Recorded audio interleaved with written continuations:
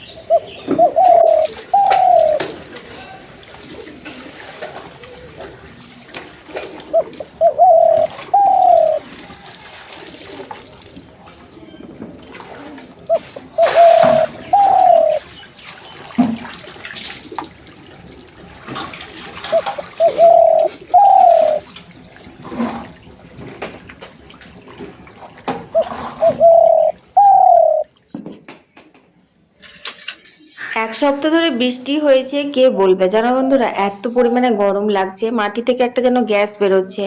তো দেখো কাপড় জামাগুলো সমস্ত আমার কাঁচা হয়ে গেছে, এখন আমি মেলছি। আর খুব রোদ দিয়েছে জানো তো, মানে খুব একটা যে চড়চড়ে রোদ সেটা দেয়নি, কিন্তু মানে রোদটাও দিয়েছে আর তেমনি গরম। আর এই ঘাসের উঠোনটাতে তো জল জমা হয়, তো সে কারণে জলটা এখন শুকিয়ে গেছে, তো সেই গ্যাসটা আর কি উঠছে, খুব বিরক্ত লাগছে, মনে হচ্ছে কতক্ষণে এই বাইরের কাজগুলো সেরে রান্নাঘরে ঢুকতে পারি। তো চলো তোমাদের সাথে গল্প করতে করতে বাইরের কাজ হয়েই গেল মোটামুটি। রান্নাঘরে এখানে আমি একটুখানি লাজমা ভালো করে ধুয়ে ভিজিয়ে রাখছি, কারণ কালকে শনিবার, কাল আবার বউলার কোচিং আছে, তো ভাবছি লাজমা সবজি করে দেবো ওকে। তো সে কারণের জন্য আগের দিন লাজমাটা ভিজিয়েছিলাম, তারপর দেখলাম পুরো জলটা লাল, তো সেই জলটা ফেলে তারপরে সেদ্ধ করেছিলাম। তাই আজকে ভেবলাম যে ভালো করে ধুয়ে তারপর পরিষ্কার জল দিয়ে ভিজিয়ে দেবো, ঢাকা দিয়ে রাখবো, তাহলে জলটা সমেত সেদ্ধ করা যাবে। তো যাই হোক ওটা করতে দিয়ে এখানে দেখো আমি নিরামিষ রান্নাটা করে নিচ্ছি। তোমরা তো জানো যে একইভাবে আমার দুটো দুটো আলাদা আলাদা রান্না হয়, মানে প্রথমে নিরামিষ করি, তারপর নিরামিষটার সাথে আমিষ মিশিয়ে দিই। এক সংসারে এইভাবে আলাদা আলাদা রান্না করি আমি। তো এর মধ্যে আদা বাটা, জিরে গুঁড়ো, ধনে গুঁড়ো, শুকনো লঙ্কার গুঁড়ো সব মশলা দিয়েছি, কালো জিরে ফোড়ন দিয়ে সবজিগুলো ভাজছি। সব রকম সবজি দিয়ে না খেতে খুব ভালোই লাগে। তো দেখো আদা কিন্তু আমি ঘষে দিচ্ছি, তোমরা জানো যে আমি আদা বেটে দিই না, আমি আদা সবসময় ঘষে দেওয়াটাই বেশি পছন্দ করি, আমার ভালো লাগে আদার ফ্লেভারটা। তো দেখো আদা ঘষে দিয়েছি, তারপর এখানে মশলা সুন্দর কষিয়ে নিয়েছি, এবার পরিমাণ মতন জল দিয়ে সেদ্ধ হতে দেবো। আলু আর সয়াবিন আগেই সেদ্ধ করে নিয়েছিলাম, তো সেই কারণের জন্য সবজিগুলো ভেজে নিলাম। তারপর আমি চলে এলাম এখানে কলের জল নিতে। তো চলো চটপট করে এখন কলের জলটা নিয়ে নিই।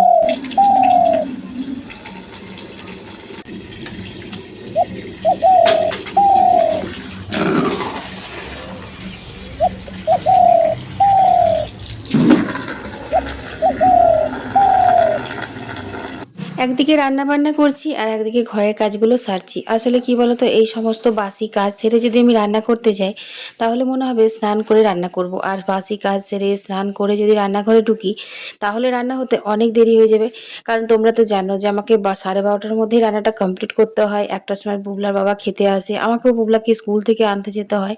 তো সেই জন্য সকালবেলা ঘুম থেকে উঠে বাসি কাপড়টা ছেড়ে নিই, তারপর ওদিকে রান্না বান্না করি আর ওদিকে এই কাজগুলো সব এক এক করে সারি। আসলে একা সংসার তো, সব দিকটা ম্যানেজ করতে হয়। এসব কাঁচা আকাচা বাসি টাটকা এইসব নিয়ে পড়ে থাকলে পরে হয়তো বা কিছুই সামলাতে পারতাম না। যাই হোক, পরিষ্কার পরিচ্ছন্নতাটা ভীষণভাবে ম্যাটার করে, এটাই অনেক। দিনে 3 থেকে 4 বার স্নান করি, পরিষ্কার পরিচ্ছন্ন থাকি, এটাই আমার জন্য কিন্তু যথেষ্ট। তো দেখো আমি কিন্তু ঘরগুলো টকটক করে সব মুছে নিয়েছি, চলো মা মনসা দর্শন করি।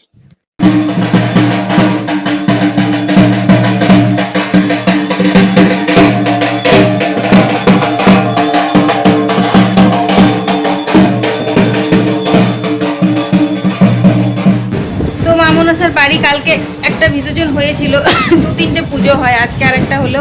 আর মূর্তিগুলো মনে হয় বিকেলবেলাতে হবে। আমি খুব জোরে জোরে কথা বলছি না, আসলে ফ্যানও চলছে, ওদিকে ঢাকও বাজছে, আমি আমার নিজের আওয়াজটা নিজেই শুনতে পাচ্ছি না, তাই তোমরা শুনতে পাচ্ছ কিনা বুঝতেও পারছি না, তো সেই কারণে। তো চলো বাকি রান্নাগুলো সেরে নিগা। ভেন্ডিটা চাপিয়ে এসেছি, ভেন্ডি ঝাল হবে, বাটাবাটি কিচ্ছু হয়নি, এখন বাজে হচ্ছে 11টা। তারপরে তোমার রাতের তরকারিটাও হবে, ভাত নামাবো, অনেক কাজ রয়েছে, সব সামলে নিই তারপর আসি। বাড়িতে মাত্র 3টে লোক, এবার 3জনের জন্য আলাদা আলাদা করে রান্না করব। তো মা যেহেতু নিরামিষ খায় সেই জন্য আমি প্রত্যেকটা রান্নায় কিন্তু আগে নিরামিষ করি, তারপর আমাদের মাছ টাছগুলো মিশিয়ে নিই। যেমন আজকে নিরামিষ ঝোলটা করলাম, তারপর মাছ ভেজে পেঁয়াজ ভেজে তারপর সেই ঝোলটা ঢেলে মাছ দিয়ে ফুটিয়ে দিলাম। বললে বিশ্বাস করবে না বন্ধুরা, খেতে এত ভালো হয়েছিল।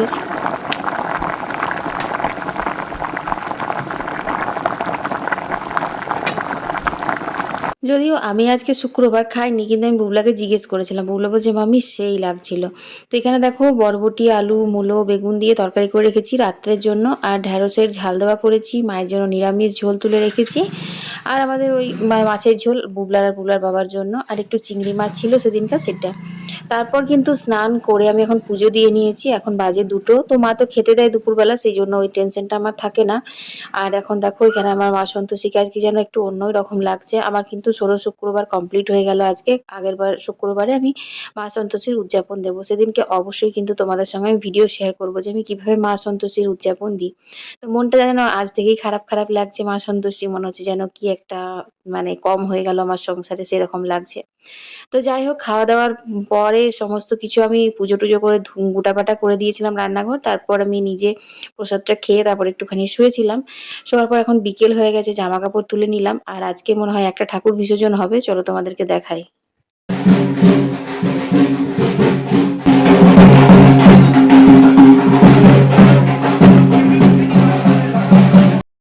পুরো গড়গড়িয়ে নিয়ে চলে গেল, তোমাদের সঙ্গে শেয়ারই করতে পারলাম না। প্রতিমাটা খুব সুন্দর করেছে, একদম মা দুর্গার মতন গায়ের রংটা করেছে, খুব ভালো লাগছে, বড় অনেক। আর একটা ঠাকুর হয়, 2টো ঠাকুর হয়, ওটা এখন বিসর্জন হয়নি, ওটা আসবে। ওইটা আসলে তোমাদের সঙ্গে শেয়ার করবো। আবার দেখি যেতে যেতে আবার যদি গড়গড়িয়ে নিয়ে চলে যায় তখন আবার কি করে রেকর্ডিং করব। যাই হোক চলো, ঘর দুয়ার ঝাড় দেওয়া হয়ে গেল, আর বোতলগুলো ভরছিলাম, তখনই ঠাকুরটা আর কি চলে এসেছিলো, দৌড়ে গেলাম বোতল ভরতে ভরতে। তো চুলটুল আঁচড়াই, একটু আলতা পরবো, আজকে শুক্রবার, তারপর সন্ধে দেব, চলো।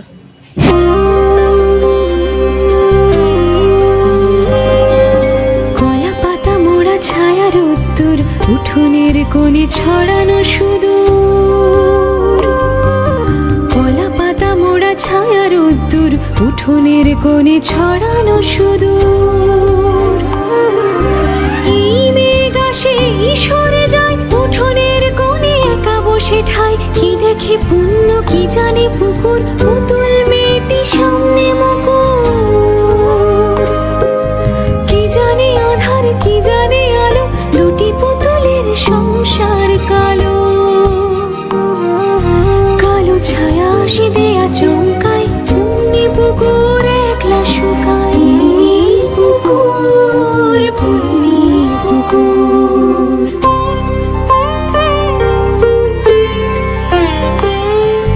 রাত চলে যায়, রাতের আদর, ব্রত কথায় সে বিছায় চাদর। তাতে ঘুম যায় কোন দুরানি, উঠোনের কোণে কিসের কাহিনী শোনায় ছায়ারা নিয়ে যায় দূর। চোরা পুতুলের পুণ্যি পুকুর।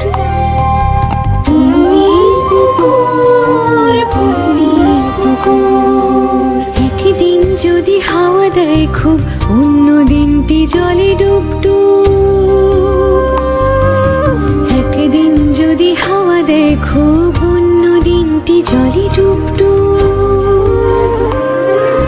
কখন দেখেছে মায়া ঘন ঘোর, রূপকথা স্বপ্নের ভোর। হাওয়ায় হাওয়ায় জাগে ব্রত কথা, কার চোখ থেকে হঠাৎ অযথা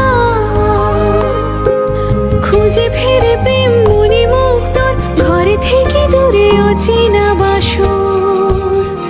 ও পুণ্যি পুকুর, পুণ্যি পুকুর, পুণ্যি পুকুর, পুণ্যি পুকুর, পুণ্যি পুকুর, পুণ্যি পুকুর। সুন্দর একটা গান শুনতে শুনতে কাজগুলো সেরে নিলাম, মানে আলতা পড়া, ঘর দুয়ার ঝাড় দিয়ে নিয়েছি, তারপর এখন সন্ধে দিয়ে নিচ্ছি। একটা ঠাকুর তো বিসর্জন হয়েছে, আর একটা ঠাকুরকে মনে হয় বের করেছে। আসল কথা হচ্ছে আমি এখন এই ঠাকুর ঘরে সন্ধে দিয়ে পরে তারপর মায়ের মন্দিরে সন্ধে দিতে গিয়েছিলাম। ফোনটা যদি নিয়ে যেতাম তোমাদের সঙ্গে আরও ভালো করে শেয়ার করতে পারতাম, কিন্তু ওই যে বললাম মন্দিরে আমি ফোনটা নিয়ে যাই না, তো সেই কারণের জন্য বুবলাই টুকটাক একটুখানি রেকর্ডিং করেছিল। আর দেখতে পেলে বুবলাও কিন্তু টিউশন থেকে চলে এলো। তো আজকে একটা টিউশন ছিল তাই তাড়াতাড়ি চলে এলো, নাহলে অন্যদিন কিন্তু অনেক রাত হয়। তো দেখো সন্ধ্যাবেলা আমার ফুলগুলো কত জল জল করছে।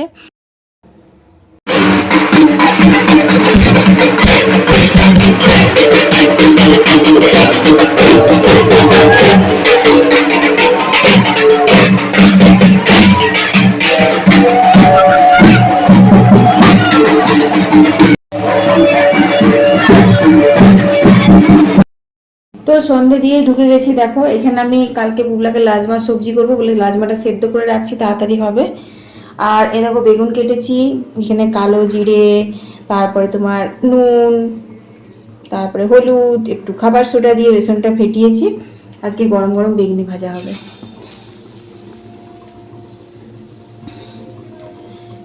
প্রতিদিনই তো কিনে চপ সিঙ্গারা খাওয়া হয়, মাঝের মধ্যে বাড়িতে করলে খেতেও ভালো লাগে।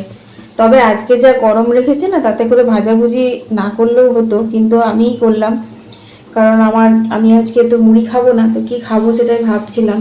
যদি ওই ছোলা ছিল, ছোলা সেদ্ধ খাওয়া যেতে পারতো, কিন্তু ছোলাটা খেতে ইচ্ছে করছিল না। তো সেই জন্য ভাবলাম একটু ভালো করে নিরামিষ করে ধোয়া পড়ায় চাপিয়েছি বেগুনি। একটু চা খেয়ে নিলে রাতটা হয়ে যাবে, মানে সন্ধ্যেটা হয়ে যাবে আর কি। আর রাত্রেবেলা একটু ওটস করে খেয়ে নেবো। লাজমাটা এখন সেদ্ধ করে রাখবো, সকালবেলাতে রান্না করে দেবো বুবলাকে। লাজমা রাইস করে দেবো, বাসমতি রাইস। অনেকদিন পর বেগনি হচ্ছে জানো তো, বেগনি আমাদের হয় না, চপসিঙ্গারা যেহেতু আনা হয় সেই জন্য। আগে আগে বলতে মানে শীতের সময়টাতে বেগনিটা হতো, শীতকালে ভালোই বেগনি হতো, তখন বেগুনগুলো খেতেও ভালো লাগে। আর তোমার কচি কচি বেগুন থাকে, আর শীতকালে এমনিও ভাজাভুজি বেশি খাওয়া হয়। যদিও আমাদের 12 মাসই ভাজাভুজি খাওয়া হয়, তোমরা তো জানোই। আমি যদি এখন বলি যে শীতকালে বেশি ভাজাভুজি খাওয়া হয়, তখন বলবে তোমরা কোন সময় ভাজাভুজি খাও না, সেটা বলো আগে। এই তো তো দেখো এখানে আমি ভেজে নিচ্ছি, একটু কম আছে ভাজছি যাতে করে বেগুনগুলো একটু ভালো করে সেদ্ধ হয়ে যায়। আর একটু খাবার সোডা দিয়েছি তো সে কারণের জন্য খুব সুন্দর ফুলছে। দাঁড়াও দেখাই, দাঁড়াও। তো বুবলা মুড়ি খাবে আর মা মুড়ি খাবে, আর বুবলার মা মুড়ি খাবে না। তো চলো এগুলো বানিয়ে নিই, তারপরে কথা হচ্ছে।